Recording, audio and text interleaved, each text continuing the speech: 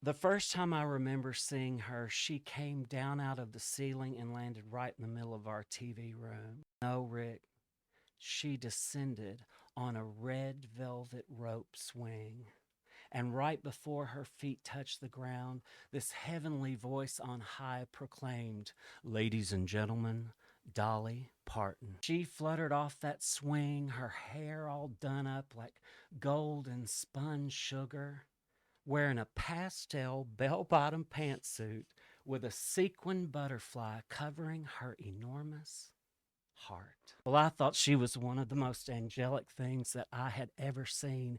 And I waved to my mother and I said, "Look, Mama, ain't she pretty?" And my English teacher father reminded me that ain't is not a proper word. And then my mother turned to me as my 9-year-old self sat there on the sculptured shag carpet and said, "Mark, honey, I wouldn't walk across the street to meet that tacky woman." See, even though we were from a small town in Kentucky, my parents didn't care much for country music. They thought it was for honky tonk and beer drinking hillbillies. So when Dolly sang that love was like a butterfly, oh, it was like this soft, sparkly, gay place for me to land.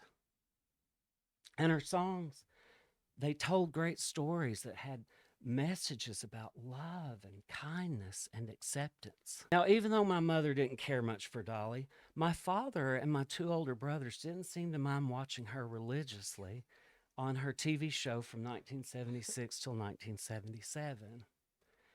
And then the show got canceled. They reminded me that Dolly Parton's music had taught me a lot. That it's okay to be from a small town, or just because you have a lot of money does not mean you're rich. But I think the most important thing I realized in that moment